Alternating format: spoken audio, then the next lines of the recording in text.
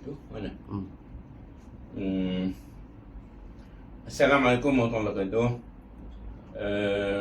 Bismillahirrahmanirrahim. Alhamdulillahirabbil alamin wassalatu wassalamu ala asyrafil anbiya'i wal mursalin. Tuan-tuan, pada pagi ini saya sebagai podcast yang membuat podcast telah menjemput Yang Berbahagia Datuk Hassan bin Hashim, mantan Timbalan Ketua Pengarah Pelajaran Malaysia, dan beliau telah pun sebelum itu berkhidmat di beberapa tempat, termasuklah dia sebagai pengarah pelajaran di perjalanan negeri di Negeri Kedah, dan juga lain-lain sebagai pengetua MCKK dan sebagainya. Jadi saya tidak menceritakan panjang lah, membuat pengenalan yang panjang mengenai Datuk Hassan, dan beliau seorang yang petah bercakap. InsyaAllah beliau akan menceritakan berbagai hal lah yang mengenai pengalaman beliau sepanjang perkhidmatan beliau di Kementerian Pendidikan dan sebagainya. Jadi saya rasanya beliau berkhidmat di Kementerian Pendidikan ataupun di Jabatan Pendidikan ni lebih kurang 35 tahun agaknya, wallahualam. Dan saya serahkan kepada majlis ini kepada Datuk Hassan untuk menceritakan berbagai hal mengenai perkhidmatan beliau yang banyak kejayaan yang saya ni, dan saya akan membuat soalan-soalan yang tentu apa yang tertinggal nanti, insyaAllah. Dan dengan itu saya persilakan Datuk Hassan untuk memberi penerangan kepada pendengar yang mendengar nanti, insyaAllah. Silakan Datuk Hassan. Assalamualaikum warahmatullahi wabarakatuh. Saudara Haji Ahmad, syukur Alhamdulillah pagi ini Haji Ahmad sudi menjemput saya ke program ini. Sebenarnya saya tak ada apa benda sangat yang menarik untuk dikongsi, tapi oleh kerana dia kawan saya mengaji sama sekelas, saya cubalah kot-kot sedikit sebanyak boleh memberi penerangan, dikongsi bersama oleh guru-guru muda sebagai seorang pendidik. Perjalanan perkhidmatan saya ni 32 tahun sebelum bersara, panjang. Sebelum tu saya nak ceritakan sedikit kesempatan yang Allah beri kepada kami, iaitu orang yang pelupur pendidikan kebangsaan. Nak cerita sikit kepada anak-anak muda ni yang senang belajar ni, tapi kami dulu sebagai pengelupur aliran kebangsaan ni menghadapi berbagai cabaran. Kalau tak kerana kesabaran, keazaman, kami tak akan berjaya dalam pelajaran. Sebelum merdeka tahun 1957, tak ada sekolah menengah Melayu di Malaysia ni. Jadi pelajar-pelajar yang tamat darjah 6 pada masa itu tak ada pilihan.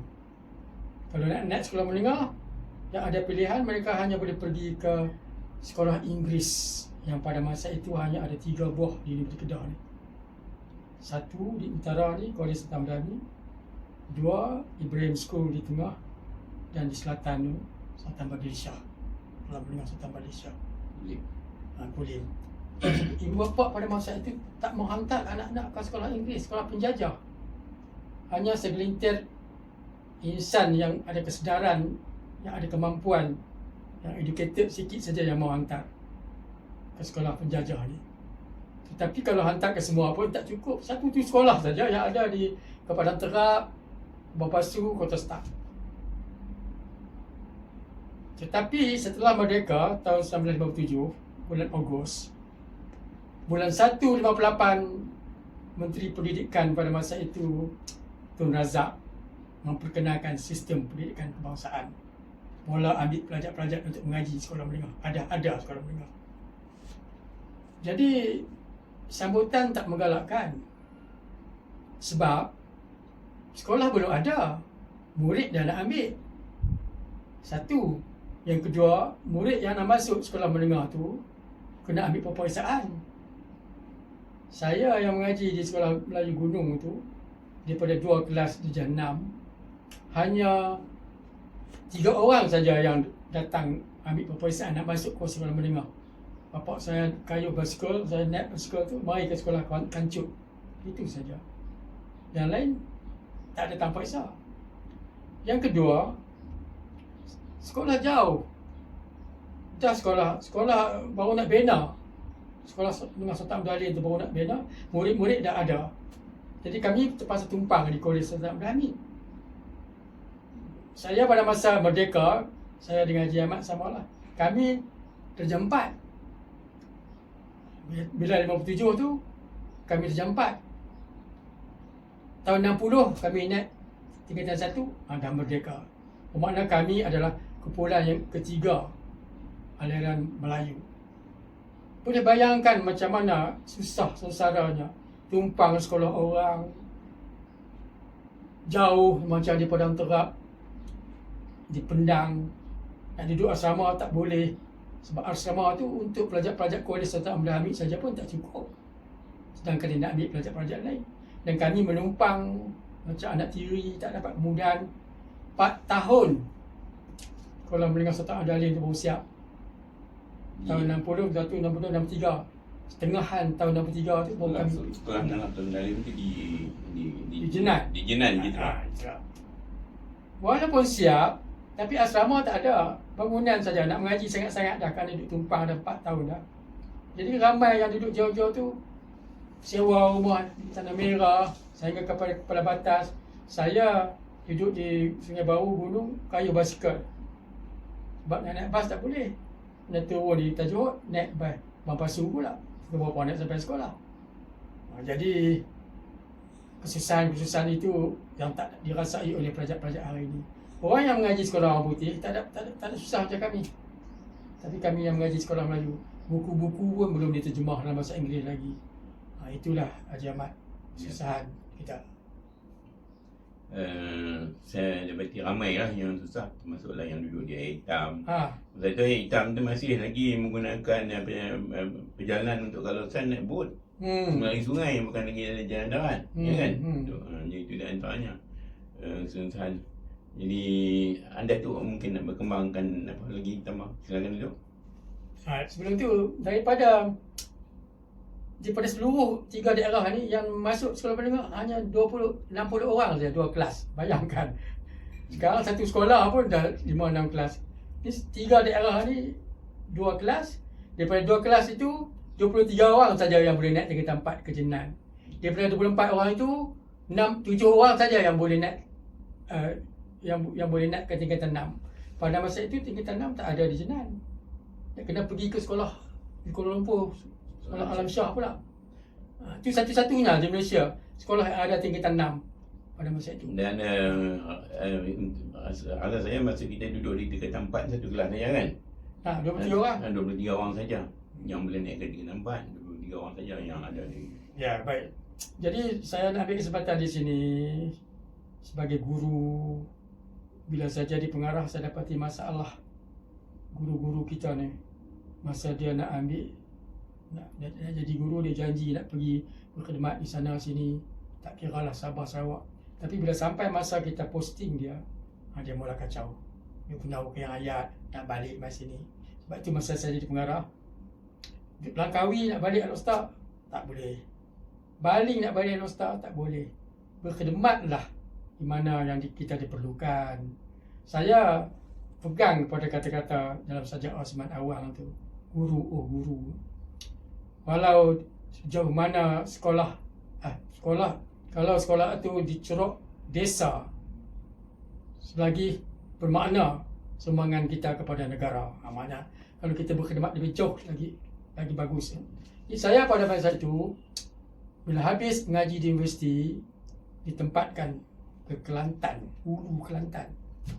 Saya pergi tak ada pada masa itu bukan orang mau pergi ke Kelantan. Kelantan ni di mana tu? Di Macang. Sekolah kecil aja. Ada 300 orang budak. Orang tak mau pergi pasal pertama banjir. Saya pun tak pernah pergi Kelantan, itu pertama kali. Yang kedua jauh. Macam saya duduk di Alostar ni, kalau nak balik dengan kereta 2 hari baru sampai. Buraya baru ada. Naik kereta pergi tidur semalam di Kuala Lumpur, esok pagi baru berjalan mai ke Alostar, lagi sejam. Kalau cuti seminggu, 4 hari dalam kereta. 2 hari saja duduk di rumah. Itu saja orang tak mau pergi. Tapi bila kita pergi, baru kita tahu. Saya dapat sekolah kecil, macam Asma Awang kata tadi. Jadi kita boleh tunjuk kepakaran kita. Kami yang ambil diploma pendidikan tu, 4 orang dihantar ke Kelantan. Budak-budak Kelantan banyak lah, semua balik Kelantan. Kami 4 orang kongsi nak pergi. Pergi, naik ke Kota Baru di Kuala Lumpur, sampai ke Kota Baru, Pekalan Cepar tu, tengok kat cermin tu, banjir lah. Betul lah. Dulu, tiap-tiap bulan 12, Kelantan mesti banjir. Sekarang saja dia berubah. Jadi Turun, sila tu. turun ke Kota Bang, nak pergi ke rumah sewa. Rumah sewa kami adalah sebab kawan-kawan kami yang mengaji Alam Shah tu, yang duduk di universiti tu, dia pun tolong cari rumah sewa. Nak naik taksi tak boleh, kena naik lori. Naik lori tu pergi rumah sewa, dalam bandar Kota Baru tu, rumah kami tu 2 tingkat. Di bawah-bawah tu rumah kawasan semua 1 tingkat. Banjir dalam, depa tu tenggelam, depa lari naik ke rumah sewa kami yang tak ada orang. Kami sampai-sampai nak masuk macam mana? Rumah sewa tu tak boleh masuk. Kami nak masuk tak tergamak lah, perempuan budak-budak pun. Kami terpaksa mengalah lah, lari pergi cari hotel buruk, hotel murah tu, duduk 4 orang. Rupanya banjir di Kelantan yang kita tak sangka susah ni menjadi pesta bagi orang Kelantan. Dia main malam-malam tempat, melawak bertemu kawan macam tu. Patutnya besok tu 1 bulan 1 tahun 71 kena lapor diri. Tapi sekolah cuti sampai 6 bulan baru siap. Baru buka. Saya belum buka tu, saya pergi ke tempat ambil motosikal saya yang nak mengaji di universiti tu, Honda Cup 50cc. Pergi lapor diri, kawan saya dapat Mulung seorang, Kota Baru seorang, Ismail Putra, Tumpat seorang, saya dapat di Pulau Condong. Saya pun tak tahu di mana Pulau Condong. Pagi tu selepas main subuh, saya naik motor, saya pergi sampai sepanjang jalan, tiap 5 km, 10 km saya tanya orang, dia kata jauh lagi. Jadi saya nak celah kita Datuk, minta maaf. Pengalaman Datuk menceritakan tentang kesusahan perjalanan di Kelantan tu, saya pun pernah mengalami. Saya berkhidmat di Kelantan selama 3 tahun. Pada tahun 80 sehingga 83. Jadi perjalanan tadi, saya daripada Kota Baru, tempat bertugas saya di Kota Baru. Tapi kebetulan saya ingin nak pergi membuat lawatan di Gua Musang secara official lah. Tapi bila nak pergi Gua Musang tu tak pernah naik, terpaksa kena kereta api. Pasal tidak ada jalan lagi. Dan bila naik kereta api tu naik di konteks di Waka Baru. Dan perjalanan nak pergi daripada Kota Baru atau Waka Baru tu ke Gua Musang tu mengambil masa nak sampai 6 jam. Ya. 6 jam. Banyak lama. Itulah itu pengorbanan. Jadi ke mana kita dihantar, kita pergi. Ada hikmahnya. Tuan hantar jauh, sekolah kecil. Kalau kita dihantar ke kolej masa tu, kita tak boleh menunjukkan kebolehan kita. Saya sampai ke sekolah tu, pergi nak jumpa pengetua. Rupanya sebelum saya pergi tu, dia orang dah duduk cakap dah, sebab saya guru lepas saya ijazah yang pertama pergi ke sekolah tu. Oh, guru dia nak main. Saya naik jumpa pengetua, Assalamualaikum. Dia kata duduk. Dia tengok saya, dia tahu dah. Saya berasal ke? Ya. Cakap saya sebang. Terus dia kata, ni saya nak nanti cikgu jadi penolong kanan sekolah. Saya rasa kalau cikgu-cikgu hari ni, tak boleh. Cikgu, saya baru mai tak ada pengalaman. No if, no but. Itu slogan saya. Sepanjang cerita ni, saya nak cerita macam mana slogan sikap no if, no but saya tu menimbulkan kejayaan. Tadi belajar susah. Lepas tu pergi belajar di Kelantan pun susah, pergi juga. Sebab penolong kanan tu baru masuk universiti, berhenti. Dia dapat masuk universiti. Saya dah keluar universiti. Saya terima. Oleh kerana saya guru graduate pertama, saya tunjuk kebolehan saya.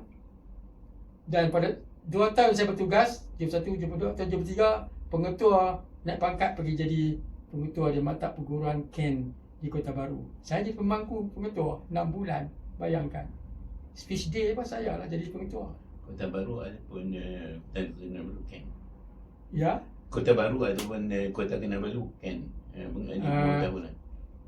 Bukan Kota Baru, di Sabah lah. Sabah. Kota Kinabalu di Sabah, bukan di Kota Baru. Ken di Sabah.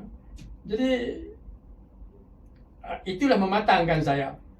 Saya 6 tahun saya tak tukar tak boleh.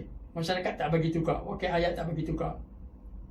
Yang saya boleh tukar tu bulan 12 tahun 76 tu saya dah balik. Tak boleh tukar. Maknanya 1 bulan 1 tahun 77 saya kena pergi pula. Tapi pada masa itu kebetulan Dr. Mahzad balik buat penuri di rumah dia, di Gajah. Rumah dia dekat dengan rumah Pak Mentua saya. Pak Mentua saya Tok Guru kawasan tu, Tok Guru Pondok. Jadi dijemput Pak Mentua saya mai tahlil baca doa. Pak Mentua saya ni tanpa saya tahu ditulis surat tu sikit, dia bagi. Lepas habis tahlil dia bagi kat Dr. Mahzad. Tuan Dr. Mahzad Menteri Pendidikan. Menteri Pendidikan. Minta merayu minta tukar. Saya pun tak tahu yang dia buat macam tu. Saya kahwin, isteri saya pun ikut saya pergi Kelantan semua. Tahun 74 dia pergi, 75, 76, 77. Dr. Mahzad ni, walaupun sekeping surat kita bagi kat dia, dia bertindak. Tapi saya kena balik dulu lah pergi Kelantan 1 bulan 7 tu sebab nak buka sekolah. Saya duduk sana seminggu sampai surat pertukaran. Itu saya boleh balik. Tapi Alhamdulillah 10 tahun, 7 tahun, 6 tahun saya duduk sana, sekolah terkecil. Dalam pelajaran pendidik ni dia orang tulis umur 28 tahun jadi tokoh guru. Masa tu nak jadi tokoh guru bukan mesti pencen. Bayangkan umur saya 28 tahun, saya orang luar, oleh kerana saya jaga sekolah elok, saya aktif dan sokan dan sebagainya. Jadi saya umur 28 tahun, alhamdulillah saya tokoh guru di Kelantan. Ini dengan lain perkataan bahawa kegagalan Datuk Hassan ni ataupun kecemerlangan Datuk Hassan dalam perkhidmatan ni sejak daripada muda lagi lah. Ni atas itu sekolah saya, masa saya mau lapi. Saya mau lapi macam tu, Padang tak ada. Bila saya balik 6 tahun sekolah macam bawah tu. Berubah mana. Hebatnya lah. Itu perkhidmatan Datuk Hassan. Ha. Dan bahan-bahan ni kita akan masukkan dalam dalam YouTube nanti insya-Allah. Untuk bila balik mai kalau start dihantar saya ke Muazzam Shah di mana Muazzam Shah? di Kota Sansmut. Ya, ya. Pun pada masa itu pengetua pun belum graduate juga. Ya. Bayangkan 7 tahun duduk di Kelantan, balik mai pengetua sekolah dengan Muazzam Shah. Cikgu Hashim Ahmad yang mengajak kita. Ya. Hashim Ahmad jadi bangku pengetua di belum graduate. Ya. Saya juga seorang graduate. Saya lagi tunjuk kebolehan saya. 3 tahun saja saya di situ. Jadi mana saya berkhidmat 9 tahun terus jadi pengetua sekolah A. Sebab tu dalam Malaya Pendidik ni dia tulis guru paling muda pegang jawatan Super Skill G. Umur 32 tahun saya jadi pengetua. Masuk dalam majalah pendidik ni. Ya. Jadi untuk makluman pendengar-pendengar di sana bahawa perkhidmatan guru ni untuk mendapat Super Skill G bukannya senang, kan? Setahu saya ada pengalaman dalam jabatan kerjaan. Biasanya untuk mendapat Super Skill G ni ialah perwira type dan mati. Dan mereka ni biasanya kalau setahu saya lah, kalau 4 term berkhidmat mereka akan pegang pos kanan. Dan bila dapat kanan biasanya lah, yang saya tahu lah ni mereka bila pegang pos kanan atau menjalankan kanan 4 tahun perkhidmatan tu biasanya mereka terus acting sekali. Jadi Datuk Hassan ni kira dia antara perkhidmatan pendidikan yang bertuah lah sebab cepat dapat berizin. Umur 32 tahun. Jadi saya nak nasihatlah kepada adik-adik anak-anak tak usah pilih sekolah. Sekolah mana yang kita hantar, kita buat kerja betul-betul. Ni banyakkan cikgu, dia tak mau tunjuk, boleh ada sembunyi, takut cikgu bagi dia jawatan. Tak usah, buat. Akhirnya kita akan dapat ganjarannya. Lepas tu, sambung lagi, Ya, itu. kesusahan Saya ni anak peneroka tau, anak peneroka. Mereka peda. Mereka peda. Ya, ya. Pendapatan dia mereka peda tu sehari kalau pi kebun, sehari Menarik. menurih. Tak menurih dia masa tu. Tak menurih. Masa pak saya pindah tu baru nak bodok tanam. Ya, ya. Pi dah menurih dapat pendapatan dia tak bagi dah gaji. Ya, ya. Dia bagi RM2.90 sehari. Ya. Tolak hari hujan, tolak hari Jumaat satu dapat lebih kurang RM60 sebulan. Tak ada sumber lain. Bayangkan Jadi RM65. lebih kurang maknanya kalau kita nak hitungkan ialah RM2 sehari je lah. Dia Pura rata lah. pi kerja tik dapat RM2.98 hari tu. Ya, ya. Tapi bukan kita boleh kerja banyak, kadang kita sakit. Ya, ya. MC kan, Ya. kadang hujan tak boleh pergi. Kadang hari Jumaat memang dah cuti. Saya hantar panjang lah, pak saya dapat RM65. Anak 8 orang tu kan. Ya, ya. Jadi saya, satu lagi pengorbanan sebagai anak perda ni. Saya cerita ni sebab masa Datuk Najib jadi Menteri Pendidikan. Dia jajar ni. Dia pergi ke mana pun dia kita tengok kawasan ni.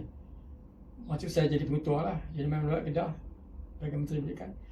Anak peneroka boleh masuk universiti. Saya sebetulnya pun saya anak peneroka antara yang pertama lah masuk universiti. Jadi bila keluar result boleh masuk universiti tuan-tuan, bergembira campur duka. Dia bila keluar surat khabar tu, dia masa tu keluar surat khabar, SPM pun keluar surat khabar. Tambahlah universiti dapat boleh masuk universiti. Nak kontak kawan tak, telefon. Nak tanyalah nak pergi duduk tak mana, nak sewa tak mana. Lama-lama saya minta lah kat pak saya, minta duit RM5. Nak naik bas, RM1.15 duit. Pergi balik RM3. Balik minta lah bas. Daripada mana ke mana tu? Sekejap nak main, Ke Alor nak main jumpa kawan. Ya, ya. Cikgu, masa tu Datuk Lah lah kawan. Ya, itulah. Datuk Lah. Ya, Datuk ya. Nas. Dia rumah dia di Betul Johor. Ya. Jadi untuk saya nak celah sikit, minta maaf.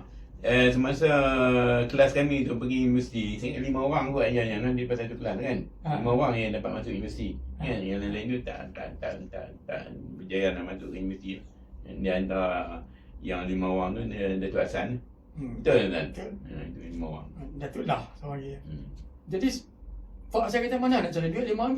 RM60 dah RM5. Kalau bagi kat saya RM5 nak makan apa? 8 pala dia tunggu tu. Kak saya seorang je yang dah kerja. Jadi cikgu juga. Lepas tu saya ambil gerek saya tuan. So kayu gerek dia macam lah. Tak rasa penat. Itu makluman yang pendengar sana. Gerek itu basikal. Basikal. Kayu basikal. Pergi rumah Datuk Lah tu. Daripada Sungai Tiang mai kan ni 42 km. Datuk Lah tu ingat dalam 6 km pula. Pergi bincang dengan dia.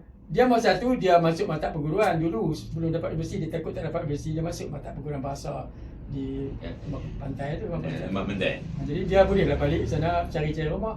Dia cari rumah, kami duduk lah 6 orang di rumah tu, sekali dengan Datuk Umar, pegawai keuangan tu, Datuk Makhiak. Lepas tu nak masuk universiti tu, itu saya kata gembira boleh masuk universiti tapi susah hati nak cari duit di mana tuan-tuan. Bukan ada PTN macam lah ni. Pak saya bukan ada duit nak bayar kat saya RM5 nak bayar pun tak boleh. Orang kampung pakat kutip derma. Peneroka tu. Ada bagi RM1, RM2, RM5, ada bagi susu, bagi beras. Jual. Mana tak cukup lagi. Itu boleh tambang pi je. Sewa kereta. Nak bayar pendaftaran tu pun apa 600 ke apa. Jadi saya nak mencelah kita tu. Jadi pada ketika tu, kalau mana-mana pelajar yang dapat pergi ke universiti lah, terutamanya kalau di Alor ataupun di Pendang, di Kedah ni, bukan saja pelajar tu pergi sendiri ataupun keluarga pelajar, malah orang kampung sekali pergi hantar pelajar tu ke hantar orang Mekah. Hantar orang Mekah dulu pergi kan tu. Jadi maknanya begitulah hebatnya kalau dapat masuk universiti. Yalah, di kampung saya tu saya seorang yang pertama kali masuk universiti. Orang Felda Sungai Tiang pun seronok lah. Tak cukup, lepas tu pak saya bak kat pak saya, susah-susah pak, tak saya masuk lah pak, tak boleh, hang kau senang ni. Tak apalah pak, pajak benang di kampung ni dengan Bawah Gunung tu ada 2 rolong. Betul ke pak, dia nak makan apa? Tak apalah. Pajak dapat RM1,000. Boleh dah lepas pada pendaftaran tu. RM1,000 tu untuk pajak RM1,000 tu untuk tempoh lama mana yang tuan tanah melepas kepada penyewa tu pun jawab. Yang tu saya tak tahu. Tapi dia bagi kat saya 1,000 lah. Tapi masa saya mengaji, belum habis mengaji, duit beasiswa saya bayar balik je Mat. Ya, ya. Budak-budak lah duit beasiswa tak cukup, minta kapok lagi kan. Ya, ya. Saya dapat duit beasiswa tu setelah masuk lama baru dapat beasiswa. Ya. Saya bayar. Saya boleh tunggu balik. Saya ingat dalam 2-3 tahun tu dapat ambil Ya. balik. Jadi apa ni, ketua kampung Felda Sengketiam dia tu ambil berat, dia kata Pak Hashim, Abang Hashim dia bagi kat Pak saya. Mari kita bawa Hassan ni jumpa Dr. Mahzid. Dr. Mahzid pada masa tu dia wakil rakyat bertanding pilihan raya kawasan Selatan. kawasan Penang tu lah. Penang dia panggil Kota Selatan. Bertanding dengan Yusuf Lawa. Ya. Jadi dia duduk melawat Sengketiam Kelab lah kawasan dia. Mak saya apa aktif sukan, aktif politik. Pergi pejabat dia. Pergi saya ingatkan dia nak kata bagilah hang orang pertama masuk universiti. Dia tanya nak ambil subjek apa di universiti. Saya kata pengajian Melayu. Inilah dia kata. Orang Melayu masuk universiti tak ada lain pengajian Melayu. Saya rasa tersentuh lah. Nak kata apa kat dia, dia ada doktor lah. Kita tak masuk universiti lagi. Bukan dia kata yang dia tak buat, dia dah buat. Gagal, balik-balik menemu. Lepas tu ketua kampung tu kata, main abang kat Pak saya, dia kata, pengarah Felda di Kuala Lumpur nak main melawat Kedah. Felda di Kedah. Saya ingat lagi nama dia Colonel Yub. Pengarah Felda macam itu Isa Samad macam tu lah kan. Tu ambil kesempatan pergi jumpa dia. Cerita kat dia. Dia kata, tak apalah, main Kuala Lumpur, saya bawa pergi cari, dia jumpa lah mana-mana company apa ke beasiswa. Dia tunggu saya ni. Saya kata pergi Kuala Lumpur tu. Saya tak kekok pada takat nak pergi Kuala Lumpur sebab saya ada 2 tahun mengaji di sekolah Alam Shah tu. Dia tunggu saya di Syarah Tapi tu, janjilah pakai pakaian warna apa. Dia bawa saya pergi ke rumah dia, mandi, breakfast, dia bawa pakai baju semua, dia bawa saya pergi. Pertama sekali dia bawa pergi, marah. Lepas tu, saya tak ingat lah mana ada 3 tempat dia bawa pergi. Semuanya tak dapat. Semuanya cakap orang putih. Semuanya nak boleh orang cakap orang putih. Masa tu mana ada orang yang tak cakap orang putih nak masuk universiti. Semua orang mengaji sekolah orang putih. Sekolah Melayu baru saya third best baru nak masuk universiti. First best belum keluar universiti lagi. Dia pun tak mau orang dekeh pandang ke orang tak ada cakap orang putih ni. Pertama-tama saya pula ambil pengajian Melayu. Ya. Tak dapat balik. Tapi dari segi penciptaan Datuk tadi, bahawa pengarah ataupun ketua pengarah Felda tu tadi mengambil peran. Ada buat. Tidak macam mungkin tidak bersamaan dengan pemimpin sekarang. Itu saya salute. Pergi kita duduk rumah kecil, pergi rumah yang besar, breakfast semua roti sekaya apa semua. Pertama kali saya rasa naik rumah elok macam tu. Dan dia bawa saya, tak ada lah, saya jarang nak cari pengarah Felda yang macam tu. Cuma sayang masa tu Felda tak keluar beasiswa lagi. Ya, ya. Lepas tu baru ada beasiswa. Mengaji, itulah yang boleh mengaji tu. Bila saya keluar universiti, saya jumpa Dr. Mahzid pula. Tuan Atok elok kan. Masa saya buat speech day di Kolej Saudami tu, dia main. Dalam hati saya nak kata kat dia, Doktor, saya ambil pengajian Melayu pun boleh jadi pengetua juga. Tapi dia tak kenal saya, dalam hati saya. Pertama sekali tadi dia tukar saya balik daripada Kelantan kan. Mana saya tak boleh tukar balik, mana saya jadi guru yang bagus lah. Tapi dia tak tahu, kalau dia tahu, orang sayang juga tu. Yang kedua dia main kolej. Yang ketiga, semasa saya duduk di Kementerian Pendidikan tu, saya jaga kolej universiti pendidikan swasta. Satu kerjaan nak jadikan Malaysia sebagai pusat kecemerlangan pendidikan, nak buat masuk semua pelajar luar negara. Saya yang jaga pendidikan swasta, pernah pergi bentang dekat dia, di bilik dia. Adalah timbalan Menteri Abdul Aziz, Menteri Keuangan semua ada itu. M10 Majlis Tindakan Negara. Menteri suruh saya. Dia kata, hang lah bentang, hang tahu aku tak tahu. Hang bentang. Confident lah saya buat elok-elok. Last sekali dia kata bagus. Dalam hati saya, bagus juga tu ambil dalam Melayu. Jadi Tuhan dia tunjuk balik ya. Tapi kita tak boleh cerita benda tu kat dia. Itu setakat takat kerja tu. Saya nak mencelah sikit Datuk. Hmm. Sepanjang saya berkawan dengan Datuk, saya perhati semua kerja-kerja Datuk cukup teliti. Dan bila Datuk mengambil tanggungjawab yang baik, itu yang di antaranya sebabnya saya menyebut Datuk untuk memberi memberi talk dalam podcast ni. Ya, saya memilih orang tu, saya memerhatikan di mana kelebihan-kelebihannya, tapi saya dapati banyak kelebihan Datuk. Itu yang saya sebut bagi. Ini baru masuk kita bab kerja. Bab kerja pun saya nak cerita pengalaman saya saja dan apa yang saya buat. Saya tak ada lebih pada orang lain. Kalau saya nak cerita hal elok, saya cerita Tok Mahzil lah. Saya sekarang tak pergi ceramah kepada cikgu-cikgu pun, saya cerita saya buat ini dan menjadi Allah izin. Kalau elok, tolong ikut. Kalau saya cerita orang lain, lebih elok lagi. Tapi tuan-tuan kata, orang lain boleh lah. Saya nak kongsi sikit lah dalam siri ni oleh kerana saya diberi kesempatan. Berbagai-bagai cabaran sepanjang kita kerja ni Sulaiman. Saya perjalanan saya jauh, macam-macam tugas saya kerja. Cabaran amat besar. Jadi saya nak kongsikan sini macam mana cabaran tu mesti ada di mana-mana. Tapi macam mana kita nak mengatasi cabaran itu? Saya jadi pengetua. Pertama sekali cabaran saya di 2 buah sekolah peninggalan penjajah. Kolej Sultan Hamid 60 tahun orang putih mentadbir sekolah tu. Tahun kolej dia buka tahun 1908.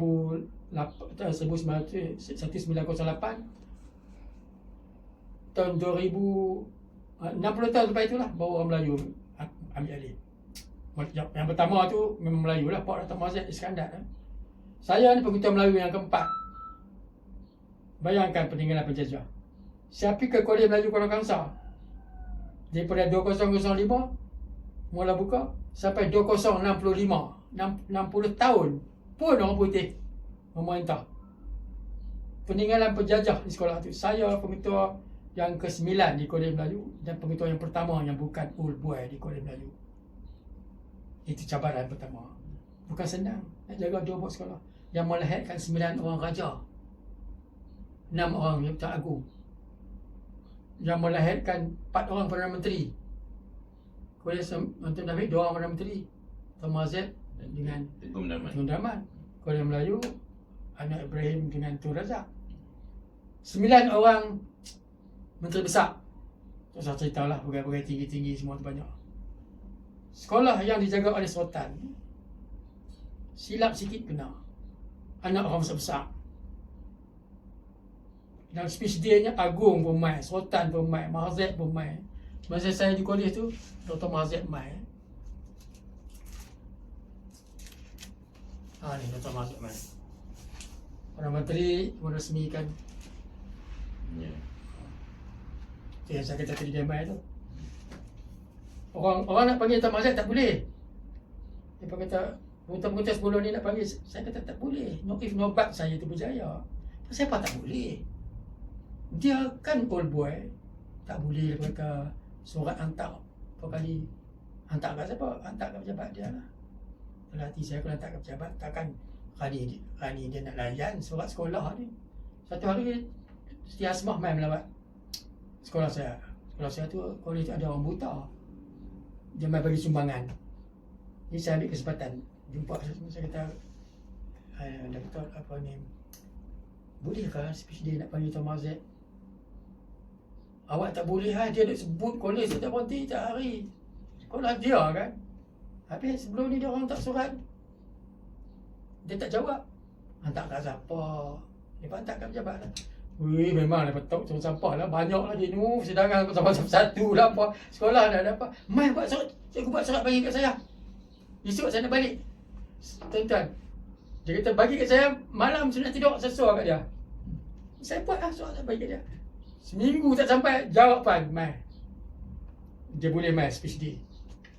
Itu saya kata ada cara. Ada cara. Ada sekolah yang peninggalan penjajah tu, budaya penjajah tu banyak. Ada sekolah yang tak ada surau lagi. Dalam masa saya menjadi pengetua dia, umur sekolah tu dah 88 tahun. Tak ada siapa buat surau. Sebab dia pun dah biasa dengan tidak ada surau. Sedangkan sekolah rendah pun ada surau. Masih lagi budak-budak pakai sekolah pendek. Di kolej tu 80 tahun saya pergi, masih lagi pintu pagar kolej tak ada tutup. Sebab belakang tu ada sekolah standard, ada kampung. Tapi masa saya pergi saya boleh tutup. Adalah cerita macam mana boleh tutup tu. Kalau nak cerita panjang, itu no if, no but. Kalau kita fikir betul-betul, kita ambil tindakan, ini. Tradisi 88 tahun. Pakai sebab pendek boleh kita tukar. Cabaran tu. Sampai saya nak ditukarkan kerana tukar tradisi tu. Saya nak buat asrama sampai saya nak ditukarkan. Nak buat surau. Tak apa. Kita berjuang kerana Allah. Kalau kita ditukarkan kerana nak buat surau, tak salah. Kalau kita ditukarkan nak tukar selat pendek kepada selat panjang, tak salah kan. Budak-budak sekolah rendah pada masa itu dah pakai selat pendek. Pergi ke Malay College, dah pakai selat panjang. Budak-budak sekolah rendah tu, darjah 6, darjah 1 lagi. Pakai necktie, selat pendek, selat panjang. Pergi sekolah menengah, pakai selat pendek. Itu cabaran yang paling besar. Di sekolah kecil pun ada masalah. Kalau besar pun ada masalah. Pandai-pandailah kita menangani. Lepas tu cabaran yang kedua, lepas pada kolej Melayu Kuala Kawasan tu, saya pergi jaga sekolah asrama penuh pula, naik pangkat pergi kementerian. Saya nak cerita sikit. Saya perhatikan Pembil Datuk bertukar menjadi pengetua di Kolej Pembil Amin. Saya rasa kagum juga lah. Sebab biasanya bumbung sekolah ni dah selalunya dia akan berlumut, kan? Tapi saya tengok bila Datuk masuk saja di pengetua di sekolah menengah, saya mati dari luar saya lah. Sekolah Kolej Pembil Amin tu lepas tu bumbung sekolah tu macam bau. Jadi rasanya apa yang Datuk buat ini sebab bumbung tu nampak macam bau kan. Itulah. Kita buat speech day, pengetua-pengetua takut nak panggil pengarah, panggil PPD, takut nak panggil orang besar. Panggil orang yang boleh bagi duit kepada kita.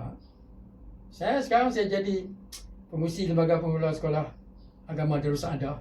Speech day saya panggil pengarah Bank Rakyat. Bank resmi. Dia bagi duit.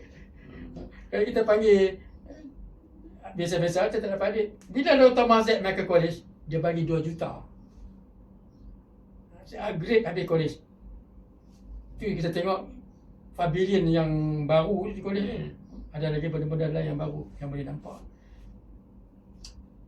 College ni bangunan yang lama, dia punya pintu ni Cikgu Mat, perasan tak? Jadi dia ada 12 cermin.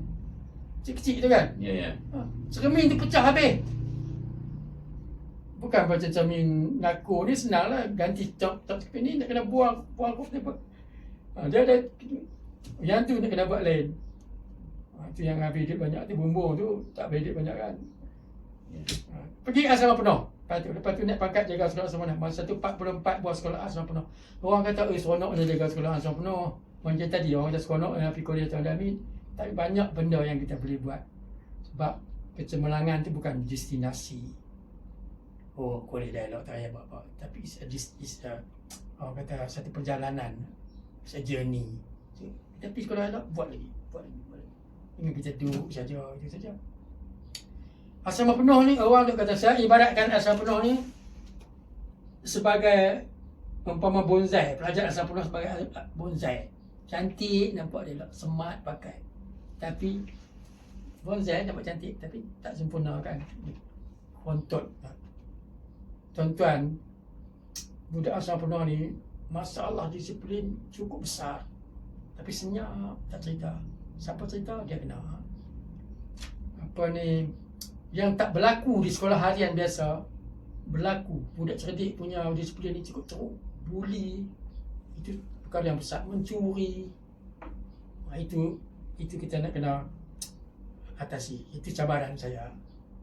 2 tahun saja saya duduk di sepenuh, saya rasa lebih teruk daripada jadi cikgu yang lama ni. Lepas tu balik mereka Kedah jadi pengarah. Tak seteruk jaga 40 asrama penuh tu. Dengan jaga 2 buah sekolah tu. Parent complain apa semua. Anak-anak mereka ketua hakim, menteri, semua hantar masuk. Datuk Najib anak dia situ. Jadi apa ni apa tadi tu? apa nama ni disiplin ni sekolah asrama penuh. Lepas tu balik back 2 tahun di situ, balik main ke Kedah, naik pangkat. Jaga pula 7 roti buah sekolah. Senang. Tapi yang menjadi cabaran saya ni balik ke Kedah ni, bila saya balik ke Kedah, masa itu Allah yarham Tan Sri Sanusi Jonet jadi Menteri Besar. Dia kata, cikgu panggil semua pengutua-pengutua aku kumpul 7 orang di Dewan Ibda. Saya nak cakap sikit. Kumpul lah semua orang. Dia cakap. Antara isi parti dia cakap, saya malu, dia kata, cikgu-cikgu. Bila saya pergi persidangan apa, mesyuarat, saya jumpa dengan geng-geng saya, kalau mereka cakap pasal pendidikan, saya lari. Saya malu sebab pada masa itu Kedah ni tercorot. Nombor 2 tercorot. Nombor 1 Sabah. Kelantan ke Perlis ke. Buatlah sesuatu. Saya minta betul-betul. Tolong buat. Pengarah tolong jaga. Saya cabaran tu saya fikir, apa nak buat ni? Kalau kita pegang kepada no if no but, dia ada jalan. Saya fikir seorang-seorang last kali saya buat satu program. Saya nak mencerah sikit untuk makluman pendengar-pendengar di sana, bahawa satu-satunya pengarah pelajaran di Kedah ni ataupun yang terulung kelima dapat Datuk ialah Datuk Hassan. Dan sebelum itu pengarah lain saya tak pernah dengar lah mendapat Datuk di Kedah lah. Datuk Hassan lah rasanya sebagai pelopor yang mendapat gelaran Datuk sebagai pengarah pelajaran di Kedah. Untuk maklumat. Semasa berkhidmat. Masa khidmat. Ada lepas berkhidmat dia. Dan tukar tempat lain ada. Tapi lepas tu banyak. Lepas tu dia. Jadi mulanya Datuk Hassan yang mendapat Datuk. Saya pergi tu, saya fikir aku nak buat apa. Ni saya kolumnis majalah pendidik 2 tahun. Ni saya tulis dalam majalah pendidik ni. Program sekolah 5 bintang. Saya kata ini satu cara aku nak buat. Nak cabat yang Menteri Besar cakap tadi kan. Sekolah 5 bintang. Sekarang sebuah buku ni sendiri seorang-seorang saya. Tak mahu. 3 ratus berapa muka, 4 ratus gambar dalam ni. Macam mana nak jaga sekolah, macam mana sekolah nak lebih cantik, macam mana nak cat sekolah, macam mana pintu pagar sekolah, semua ada sini. Dan buku ni laris. Saya paksa semua sekolah beli. Dan luar negeri pun beli sekolah buku ni. Nama apa buku tu? Sekolah 5 bintang. Sekolah 5 bintang, ya. Dia masih lagi ada dalam pesanan negaranya. Tak ada. Saya tak tahu. Kemudian saya sekolah program 5 bintang pun daripada hapus dah. Sebab tu sekolah kembali merosak sekarang. Ya. Program sekolah 5 bintang ni bukan saja cantik sekolah tu. 5 bintang, 1 kurikulum mesti bagus. Kurikulum kena bagus, 2 disiplin kena bagus, 3 pentadbiran keuangan kena bagus, dan keceriaan. Pentadbiran, keceriaan, disiplin, itu semua termasuk 5. Kalau sekolah tu cantik saja dia tak dapat 5 bintang. Tapi apabila kita tukar persekitaran sekolah, saya percaya ni, kita tukar minda dan masyarakat dalam sekolah tu. Kalau sekolah tu buruk, jamban buruk, budak-budak jadi pengotor. Kalau sekolah tu cantik, jamban cantik, budak-budak jadi baik. Saya boleh ubah sikap budak tu sampai sekolah 5 bintang tu kita tengok. Kalau dalam buku tu adalah macam zaman hotel. Kantin sekolah tu, kantin sekolah setelah bayar tu, kantin 5 bintang. Saya buat kenduri anak saya, panggil Tuanku Sultan, Ajar Muda, Exco, Menteri Besar semua. Buat di kantin tu. Kolej tanah bayar. Kolej tak boleh buat, dia tak 5 bintang lagi. Saya bayar 5 bintang. Sampai tuanku dia selalu dia masuk dewan je. Dia kata, saya tak pernah masuk di sini. Macam hotel kan tuanku. Oh, cantik. Itu apa ni kantin yang kita kata kotak berhenti 5 bintang, cantik. Akhirnya program sekolah 5 bintang saya ni dapat menang pertandingan inovasi Perdana Menteri. Bukan inovasi sekolah ni. Inovasi sekolah ni memang dapat nombor 1 dalam Malaysia ni. Program 5 bintang saya ni dapat Johan. Tapi ini hak Malaysia ni dia terbuka pada universiti-universiti, kolej-kolej, syarikat-syarikat besar-besar yang buat projek tu berjuta-juta. saya buat projek sekolah 5 bintang pergi masuk petani, ada 170 inovasi petani. Dia shortcut pada 10, 10 pada 3. Kalau mai tengok kat Kedah, Kedah dapat juara. Ini piala dia. Saya tak boleh bawa piala berat. Kita akan masukkan dalam insyaAllah. Piala dia ni pemenang anugerah inovasi perkhidmatan awam 2001. Program sekolah 5 bintang oleh Jabatan Pendidikan Kedah. Tanda tangan Tan Sri Samsudin Osman, Ketua Sesar. Jadi kita kalah semua universiti, kalah syarikat yang buat projek 2 juta pun ada. Tapi dia ramai juga dia kata program ni istimewa. Dia tak banyak habis. Tapi dia mengubah sikap manusia. Nak ubah sikap dia payah juga kan. Nak bagi bersih, nak bagi cantik. Saya dapat ilham ni, saya dihantar. Masa saya di pengetahuan kolej, saya dipilih pergi study budaya orang Jepun selama sebulan. Satu Datuk Mazid, program Pandang ke Timur kan. Saya duduk orang Jepun dulu. Saya tengok kebersihan mereka, TikTok, disiplin mereka. Apa ni, kalau saya pergi ceramah ke sekolah-sekolah, saya tunjuk lah gambar-gambar tu. Jadi, itu saya rasa nak menyelesaikan masalah Tansi Jonet ni, inilah. Lepas itu semangat budak-budak. Cat sekolah sendiri, cat tanda sendiri. Kalau siapa sekolah bintang dia tak naik, saya ambil tindakan. Masa tu, 1 bintang pun ada, 2 bintang, cermin pecah. Beratus-ratus, kursi duduk di koridor. You tak mau semua. Lepas tu dia pun heran. Pasal apa budak tak conteng jamban? Jamban dah bersih. Macam Singapura lah. Kita pergi Singapura, habuk rokok pun kita boleh untuk nonton siapa. Bila kita balik Johor, kita top putih rokok tu. Sebab kita environment di Singapura bersih, kita tak gamak nak buang.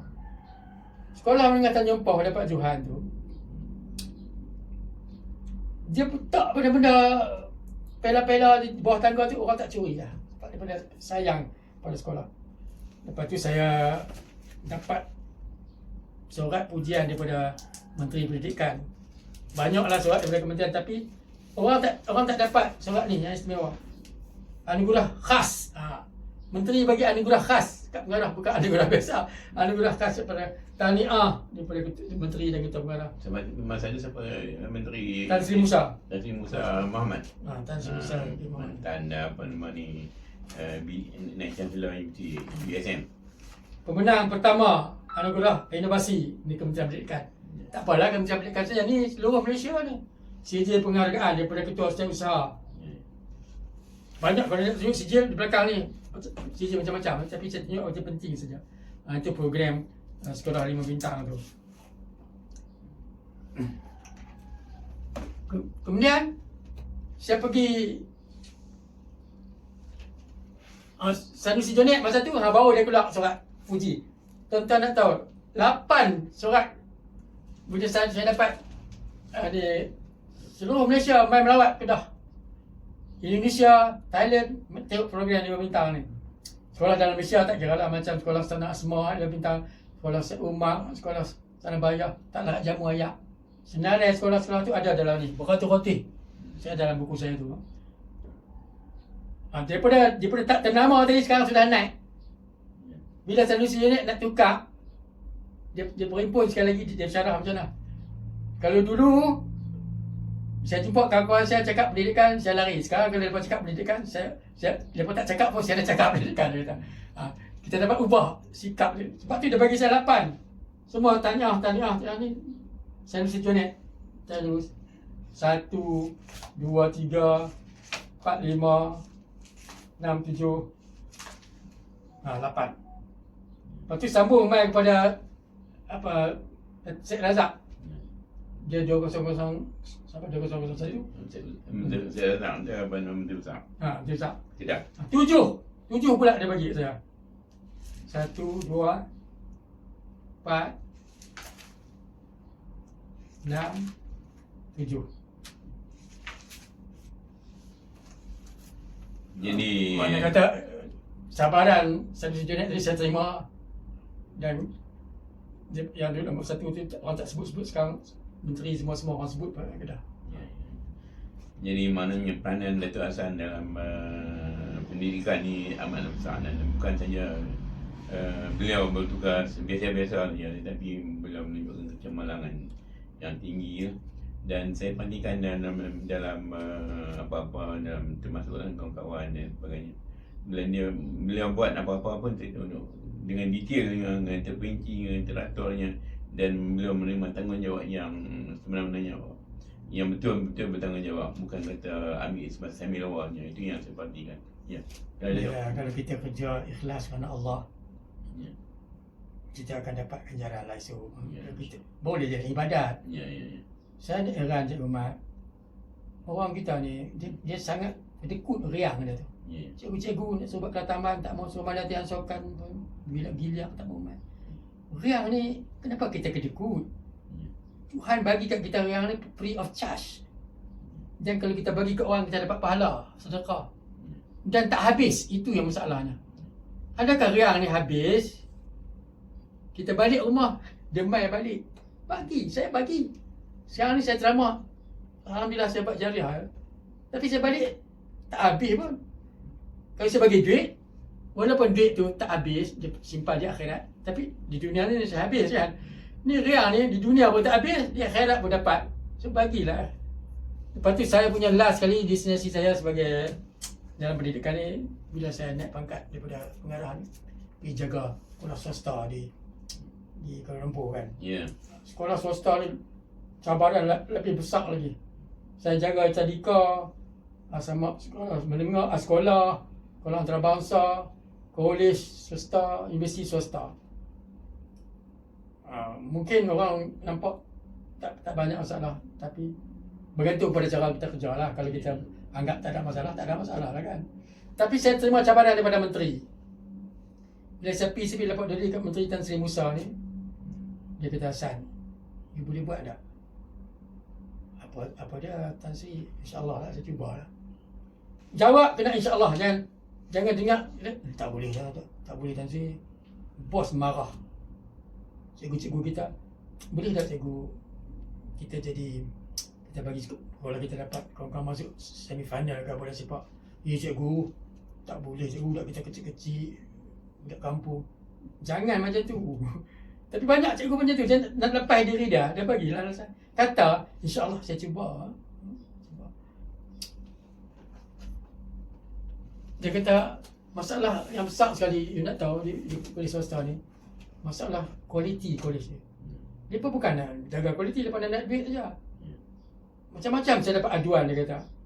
Mai pelajar-pelajar luar negara mengaji sekolah apa, asrama pun teruk, pelajaran pun. Ada yang kolej tu, keluar apa ni, diploma ke apa, degree ke, tak diiktiraf. Ya. Sebab Sebab lepas tak minta, lepas tak melalui tapisan kualiti tu kan. Ya. Terbuka, lesen tak ada apa ada. Saya katakan Tan Sri, insyaAllah saya cuba buat Tan Sri. Saya pun tak ada idea lagi nak buat macam mana. Saya pun tak sangka dia tanya soalan tu kepada saya. Saya balik, saya bincang dengan pegawai-pegawai saya. Dia bagi alasan, banyak if, banyak but. Saya tak mau dengar mana tu. Macam mana nak buat ni, saya nak dengar. Alasan saya tak mau dengar. Dia kata, memang kita tak ada pegawai cikgu. Ini masa tu saya datuk lah. Datuk, pegawai kita yang jaga penguatkuasa ada 2 orang. Kita alat-alat tak ada. Saya tak mau dengar. Tapi macam saya nak dengar macam mana kita nak buat. Tak boleh buat, dia kata. Saya frust, saya balik rumah, saya tidur malam. Saya fikir, aku nak buat macam mana. Keluar satu idea. Macam tadi saya keluar idea saya naik program sekolah 5 bintang kan. Satu program operasi gempot dan hebah. Tingkatkan kualiti pendidikan ini keluar dalam pendidik. Tujuan saya apa?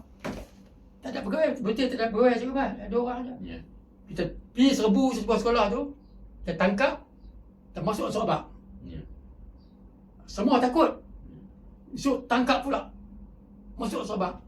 Semua lepas ready. Lepas tunggu. Mula takut. Masa saya pergi tu kolej ada 600. Saya tutup tinggal 400. Yang 200 itu buka atas kedai tepi. Alah, kolej apa? Duduk tingkat 5 bangunan, ada 2 bilik. Alatan pun tak cukup, cikgu-cikgu pun tak ada. Semua saya tutup. Ada kolej yang murid ada 15 orang. Tinggal. Cabaran memang kena lah. Ada yang ugut macam-macam. Tapi hadapilah. Inilah perjuangan kita yang Tuhan akan bagi tunjuk orang bekerja betul-betul ni. Depa ni ada budak graduate habis 30,000 tak laku. Ya. Pernah berlaku pada Insaniah ni.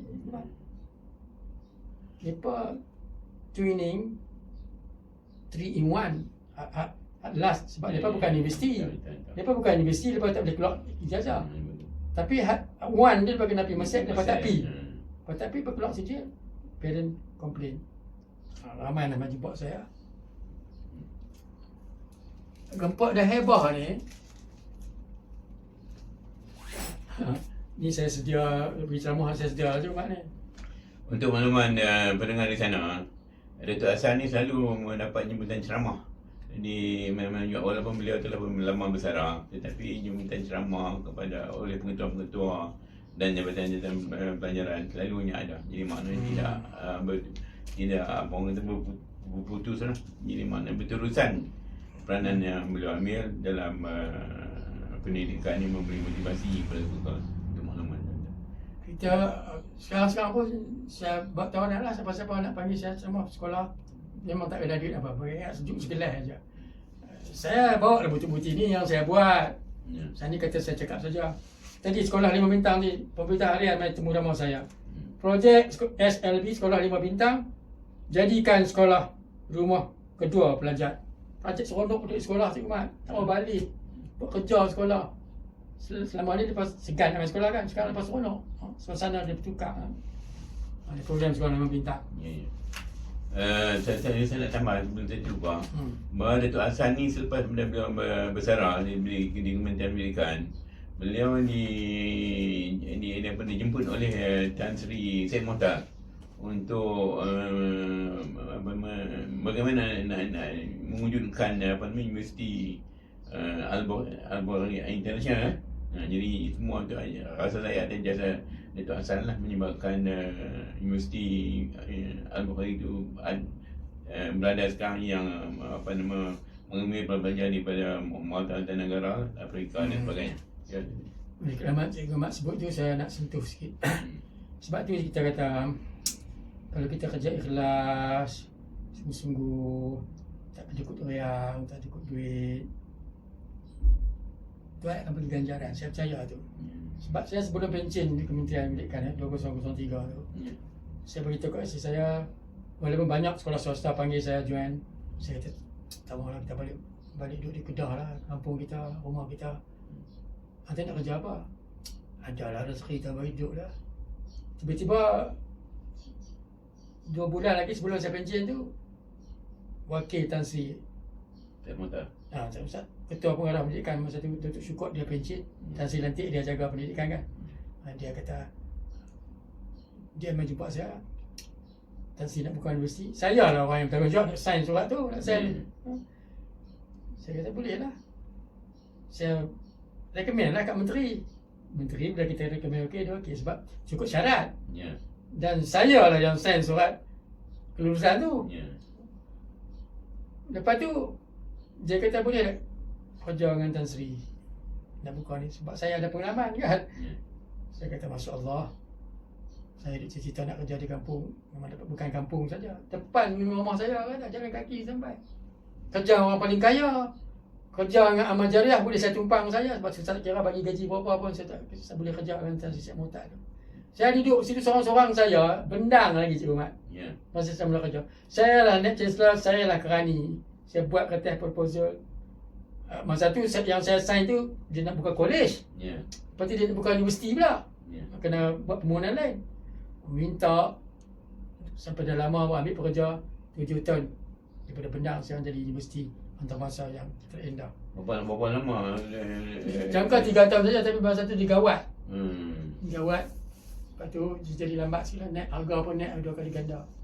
Buka dah sekali, Tan Sri dia tak suka. Tan Sri dia suka kualiti. Kita tengok ada tak kena tak mana dia tutup balik ni, baru buka balik sekarang dah 2 kali buat program graduasi dah. Baik, gempak dah heboh ni tuan-tuan. Pemberita hari-hari mai temu ramah saya.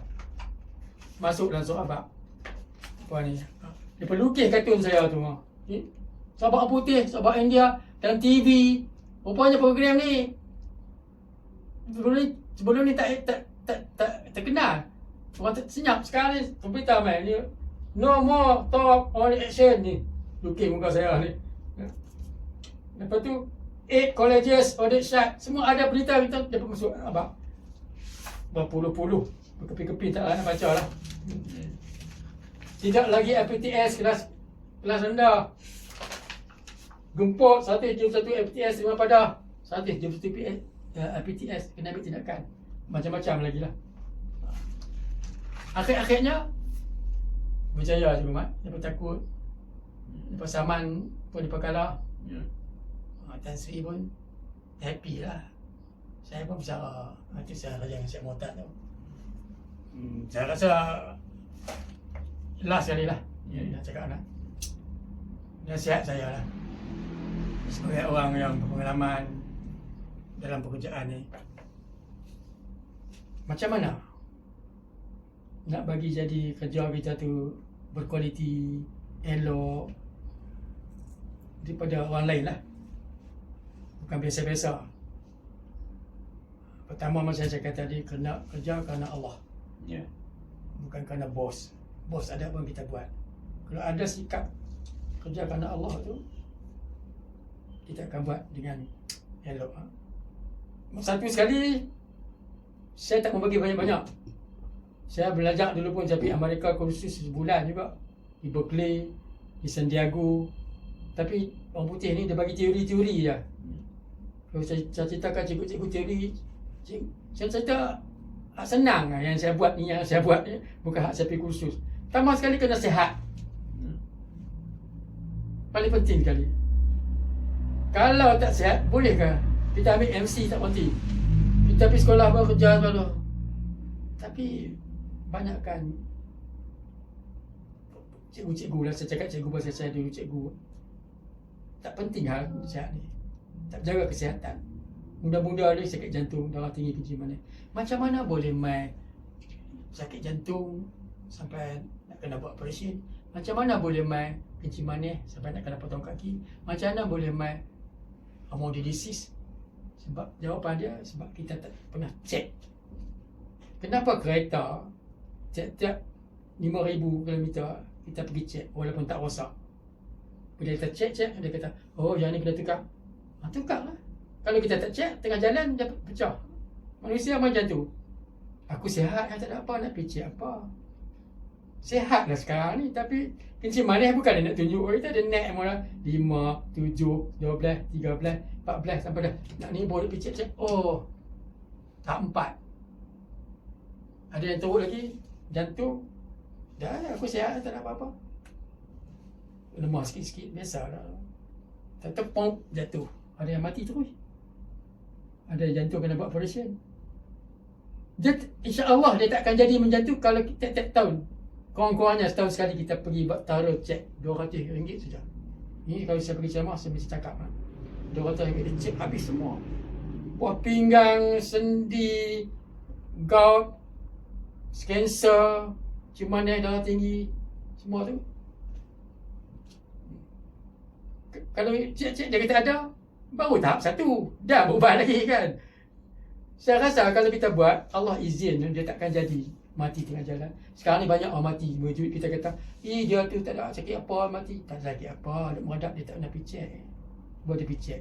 Takut nak cek. Takut apa nak cek. Ini saya mesti. Sebab tu saya karang dalam majalah pendidik ni, banyak artikel saya. Sihat dan cergas, kunci kejayaan. Bagi saya, kunci kejayaan sekali dah sihat dan cergas. Lepas tu, umur bukan halangan. Lakukan yang terbaik. Kata Mahathir. Saya nak ceritalah diri saya sikit. Contoh nak kata saya sebab saya nak tunjuk bukti dia. Saya ini semuanya cerita dan durasan ni untuk memberi pengajaran kepada golongan-golongan muda, bukan hanya untuk meninggikan diri kan. Di benda ni tidak pernah pun diceritakan ataupun guru muda ataupun program muda ni orang tak kisah sekarang ni kira dari kesihatan. Yang pentingnya ialah pemakanan untuk kesihatan. Jadi kita dapat alhamdulillah ini dapat Datuk Hassan yang menceritakan berbagai hal namanya kesihatan dan sebagainya. Silakan dia tambah. Saya tak mau cakap pasal sihat. Sihat ni biasa. Kita tiga-tiga ni semua sihat. Tapi kalau sebab ujian kecergasan, ada yang tak cergas. Yang saya nak cakap ni, nak bagi pekerjaan kita tu luar biasa, lebih daripada orang lain, kena campur mencergas. Cergas dengan sihat lain. Kita ambil 100 orang, dengar ceramah kita semua sihat. Tapi kita buat ujian, saya pergi ceramah, saya buat ujian. Ambil jantung dia. Separuh lebih tak cergas. Kenapa kalau tak cergas? Aku sihat cukup lah. Sihat boleh buat kerja biasa-biasa. Cergas boleh buat kerja luar biasa. Saya nak beri contoh senang saja. Orang cergas, tenaga dia jenuh banyak. Dia kerja harian dia guna sikit saja. Ada lebih lagi boleh untuk dia buat benda-benda lain kan. Orang yang tak cergas, dia sihat, dia buat kerja harian macam cikgu, period yang ke-8 dia dah letih lah. Tak tahu. Balik rumah dia tidur. Habis dah tenaga dia. Saya nak cerita, tahun 2003 saya pencen. Masa 155. Saya duduk di Kementerian Pendidikan. Kementerian Pendidikan bukan ramai pegawai pun. Saya, tua saya 53 tahun saya kena wakil lagi Kementerian Pendidikan tu. Jogeton. Dengan main bola sepak, veteran. Orang lain 40 tahun. Tapi Kementerian Pendidikan tak ada orang. Masuk buat pemilihan, jogging saya dapat nombor 1.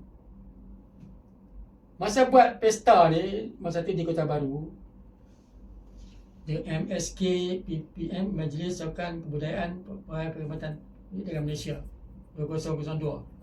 2002 bukan 2003. 2003 saya pencen kan. Setahun sebelum pencen, mak saya 54 tahun. Saya dapat johan jalan kaki lelaki. Tapi bukan hak tandingan hak saya wakil kementerian tu. Saya wakil tandingan Jogeton. Pagi tu start Jogeton 7 km. Saya tahu saya tak akan menang sebab orang kuat 40 tahun kan. Dulu masa saya 40 tahun saya menang lah banyak. Tapi dah tak ada orang saya masuk. Habis lah 7 km. Sampai-sampai tu ada lagi satu acara dia kata. Acara jalan kaki semua pegawai-pegawai. Banyak beratus-ratus orang pegawai. Yang muda umur 30 tahun pun ada kan. Saya dah 52. Nak masuk Lepas lari 7 km, ada lagi tenaga. Penat sat, dia demai balik. Masuk lawan lari, lawan jalan kaki ni. 5 km. Pusing sekolah menengah sains bola cepat tu. Sedap ni yang saya dapat jual ni. Jadi apakah resipi untuk sihat dia tu? Nanti saya sampai. Jadi pasal apa? Pasal tenaga saya banyak. Tak habis. Tu saya tak cerita lagi masa MSSM buat di Kedah, jadi tuan rumah buat MSSM buat di Langkawi. Di stadium Langkawi tu. Acara perasmian tu, seluruh stadium bangun berdiri. Saya nak buat luar biasa. Saya dah 3 hari duduk di Langkawi tu pergi tengok orang buat persediaan jogging. Daripada hotel main ke tempat ni saya jogging je. Jogging. Pasal balik malam tu saya buat perasmian malam. Pertama kali orang buat malam. Dia kata gila buat malam. Tak apalah aku buat malam. Lepas saya buat malam semua kata seronok tak pandai. Malam tu petang tu saya main tengok lepas siap. Saya balik ke hotel. Pukul 8 saya main nak rasmi. Perasmian tu saya punya idea. Saya tak bak kata siapa. Yang tahu saya dengan seorang cikgu sukan saya je. Saya suruh kumpul tiap-tiap negeri seorang wakil. Masa perasmian tu tengah-tengah padang masa tu pancaragam Sultanah Asma dengan Kek Wah duk main tengah tu. 14 orang ni akan lari. Sejauh dia sampai habis depa tu main pancaragam. Saya ingat 3 km jugalah habis. Kedah siapa dia cikgu? Kedah saya peserta tujuh Kedah. Orang lain budak sekolah 15, 18 kan. Apa kata? Saya pun duduk di padang nampak macam budak. Main berjalan lepas tu kami mula lari. Saya duduk di belakang sekali bawa bendera. Saya tak bagi acara sebut lagi. Bila sampai lagi 3 round macam tu, juruacara berkata, peserta yang belakang sekali itu adalah peserta yang mewakili Kedah, pengarah pendidikan. Budak lepas sorak. Lagi last round tu, masa tu saya dah boleh lari sampai 22 km. Dekat 3 km saya tak ada masalah. Saya bagi tahu budak tu lah, sama kamu janganlah speed sangat. Last yang aku tak bagi saya speed. Saya last round tu saya speed satu round tu. Orang yang ke bawah puluh dah tu. Bawa dia dah tamat. Saya tak letih. Bila saya naik dia kata, cikgu tadi dah mile dia lagi sebab tenaga saya banyak. Ketua saya usaha berkata, oh ya Hassan you lari. Tak biasalah ada tu saya 20 km saya boleh lari. Saya tak letih. Saya pakai baju naik duduk sembang dia balik.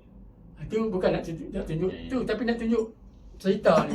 Ni perlu Datuk hebahkan supaya ini menjadi teladan lah kepada orang yang di luar sana, terutamanya orang yang tidak menjaga kesihatan lah, tidak mengawal makanan dan sebagainya.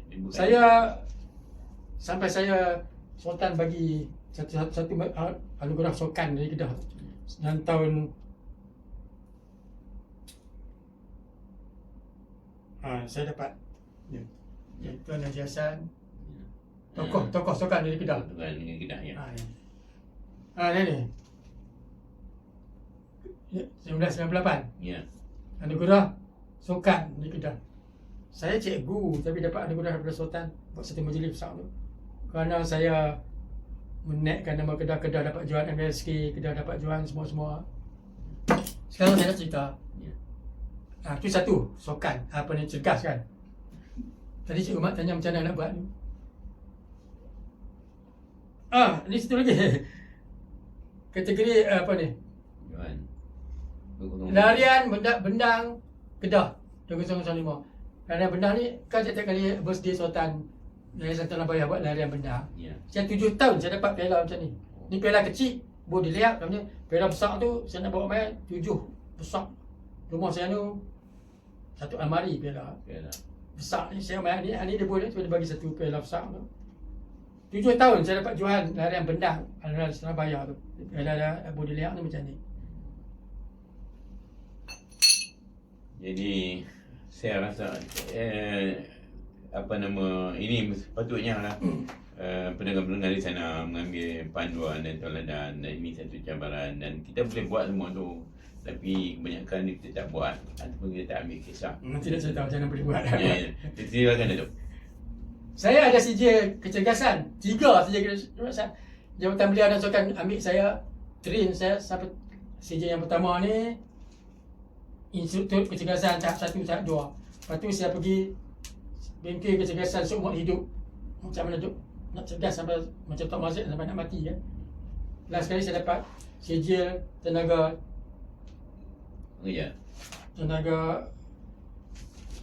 pengajar. Saya ni training the trainer. Saya train jurulatih kecergasan. Saya pun orang jemput juga bagi ceramah tentang kecergasan ni. Dan soalan saya, bolehkah kita daripada sihat biasa nak jadi cergas yang luar biasa? Banyak orang kata susah. Jadi saya cerita, saya cuba buat. Saya nak praktikal sebab saya dah dapat CJ kecergasan, saya nak cuba buat. Pada tahun 1998 ke 96, Los Angeles jadi Olimpik. Peserta yang paling tua sekali, Carlos Lopez nama dia. Umur dia 36 tahun. Umur saya pun 36 tahun macam tu. Ya. Saya Tuan Umar. Dia lari maraton 42 km, dia dapat johan dan dia pecah rekod. Saya fikir, takkan dia umur 36 tahun tu boleh lari 42 km, pecah rekod pula. Aku berumur 36 tahun juga. 36 tahun kalau kita bertanding, kita kena bertanding dengan geng remaja. 40 baru veteran. Aku nak latih, tapi saya tak mahu lari 42, saya nak lari separuh maraton 22. 21 nak try cakap 21 km. Saya ajak kawan-kawan semua kata, hang gila lah nak lari 20 km. Mana kita cuba? Banyak if lah, banyak bat, banyak bat. Boleh kita cuba. Sebab saya belajar, saya jadi instruktur kecergasan ni, jantung kita ni boleh dibesarkan. Yang orang yang tak cergas, tak aktif, tak lompat, tak kaya basikal, tak senaman, tak apa tu, jantung dia ada kecil gitu. Tapi kalau kita lalu duduk loncat nak basikal, saya sebelah saya nak basikal sampai surau, saya tak ada motor, nak basikal. Dia kembang. Jantung orang yang sihat tapi tak cergas ni mungkin 80 denyutan seminit. Tapi jantung orang yang cergas ni 60 ke bawah. Saya daripada jantung saya sederhana masa tu 70. Saya boleh buat sampai 50, 60 ke bawah. Sebab jadi kalau budak-budak kita nak latih lawan lari jarak jauh, kita train sampai dia kemar. Sebab tu Sokan di sekolah-sekolah Malaysia pada tu Kedah tak menang-menang. Dan saya jadi pengarah, saya trainkan, besarkan. Sebab tu kita dapat jualan macam-macam. Apa ni, 3 tahun saya latih. Bukan latih sebulan. Saya lari dari rumah saya tu pergi ke hotel kampung tu sampai Kuala Batam, balik ke Bukit, balik sampai rumah saya tu. Memang tu 1 kilometer. Separuh maraton. Saya beritahu kepada isteri saya, hari Jumaat anda boleh lari pun. Kita kalau hari lain dengan maghrib kan. Kalau pagi nak start lepas subuh panas.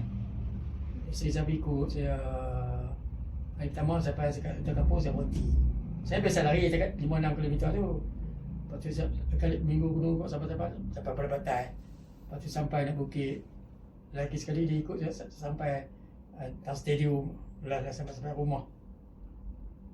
Umur saya 40, saya di kolej, saya masuk. Tak sampai sebab saya kuat penat.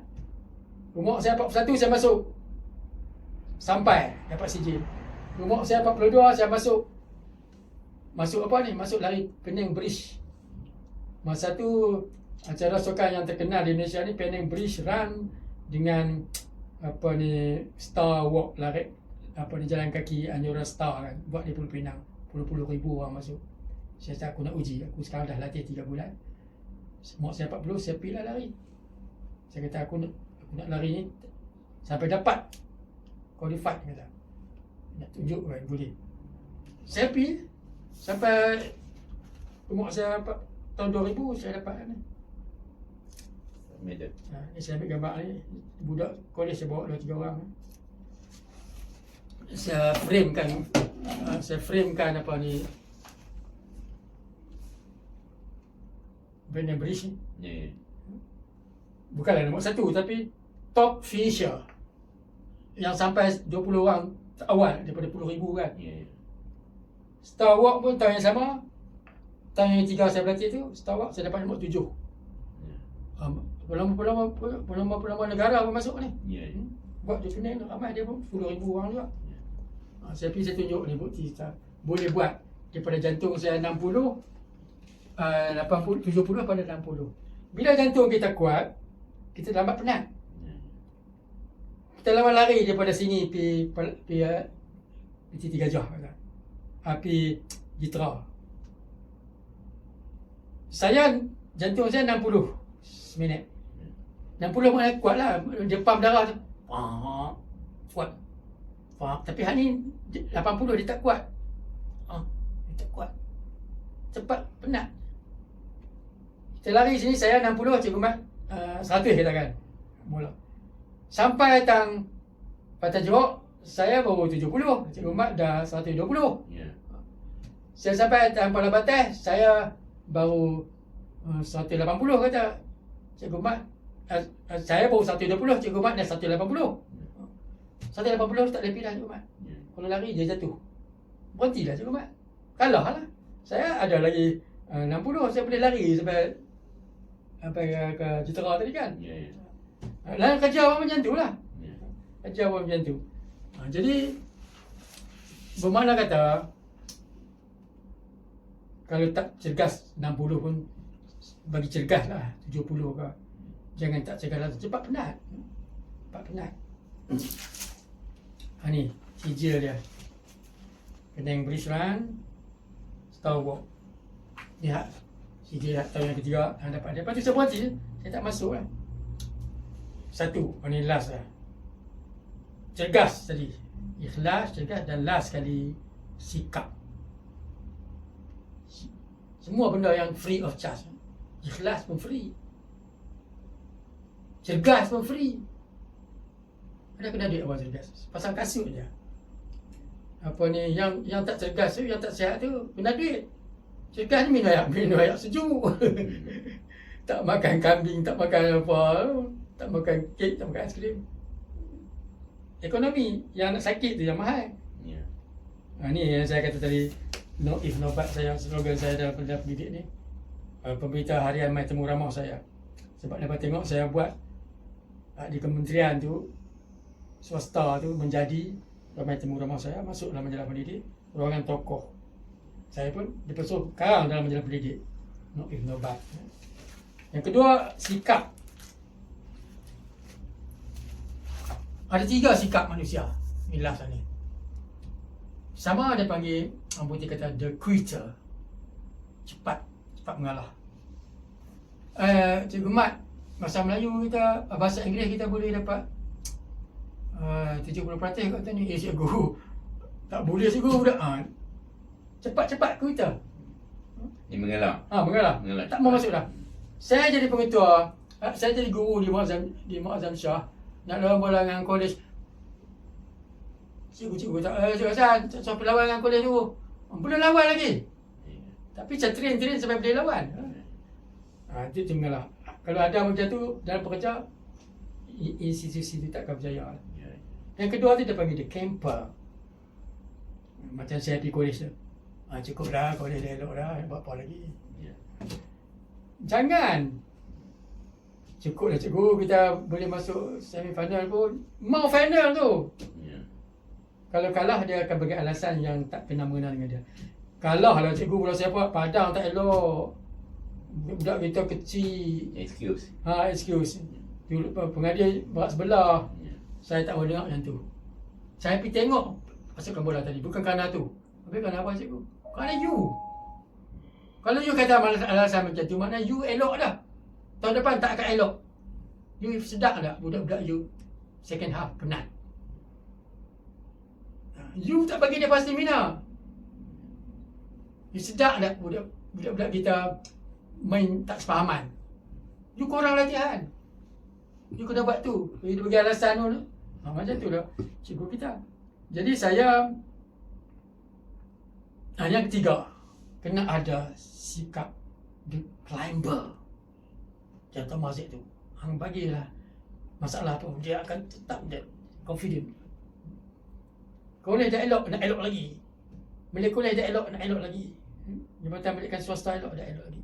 Kerana sikap tu, barulah kita boleh mencapai kejayaan. Jadi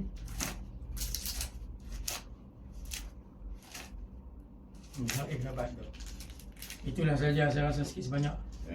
Baik, saya boleh kongsi pada hari ini. Minta maaf lah kalau ada terkesak bahasa ego tu apa. Saya mengucapkan terima kasih yang sangat kepada Datuk Hasan yang telah pun sudi hadir, dan beliau telah pun menceritakan berbagai hal, terutamanya bagaimana untuk cemerlang dalam perkhidmatan, menjaga kesihatan, semuanya penting.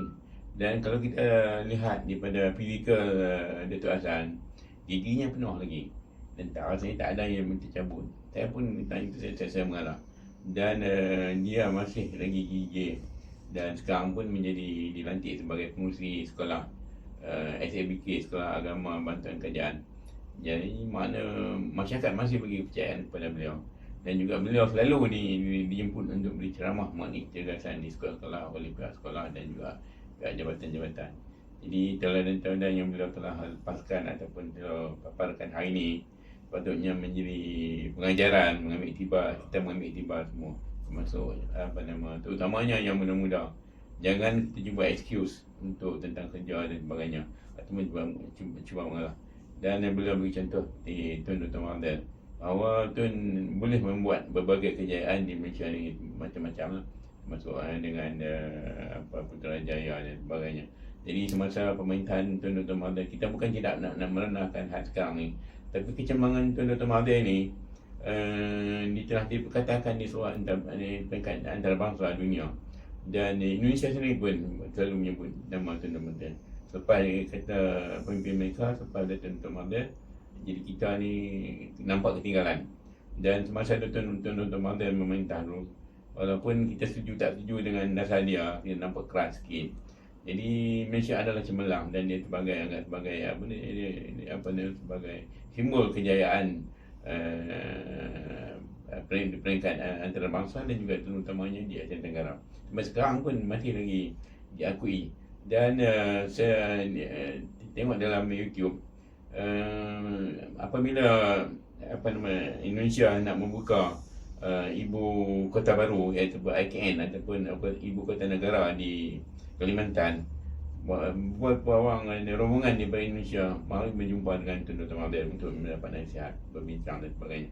Dan saya rasa semangat Datuk Hassan ini sama dengan Tun Dr. Mahathir, dan terutamanya di kesihatan yang telah dipaparkan. Bahawa Tuan pun sekarang ni umur dah hampir 100 tahun, masih lagi cergas. Semuanya ada faktor-faktor yang menyebabkan, bukan kebetulan lah. Tuan pun dari kesihatan cukup jaga. Begitu juga ada Datuk Hassan. Kesihatan ni bukan satu benda yang kita tak boleh menjadi kita cergas dan sebagainya. Jadi semuanya makanan dikawal dan sebagainya dengan latihan dan sebagainya. Dan saya syukurlah mendapat kawan seperti Datuk Hassan ni yang masih lagi memberi semangat kepada masyarakat, memberi idea-idea yang berguna. Kecemaran beliau tu, walaupun sebagai penuntut menengah Melayu yang pertama atau yang ketiga di peringkat kebangsaan, beliau masih cergas dan banyak, walaupun seperti mana beliau ceritakan tadi bahawa orang tidak mempercayaan kepada orang penuntut yang di menengah Melayu, tapi beliau telah menunjukkan kejayaan yang cemerlang sehingga di peringkat timbalan untuk perkara dan banyak kejayaan yang telah dipaparkan. Mudah-mudahan ini podcast kita pagi ini memberi semangat dan memberi satu ruang kepada orang yang belum merasai ataupun yang tahu, dan ini kita boleh menjadi iktibar mengambil pengajaran. Dan saya rasa banyaklah ini.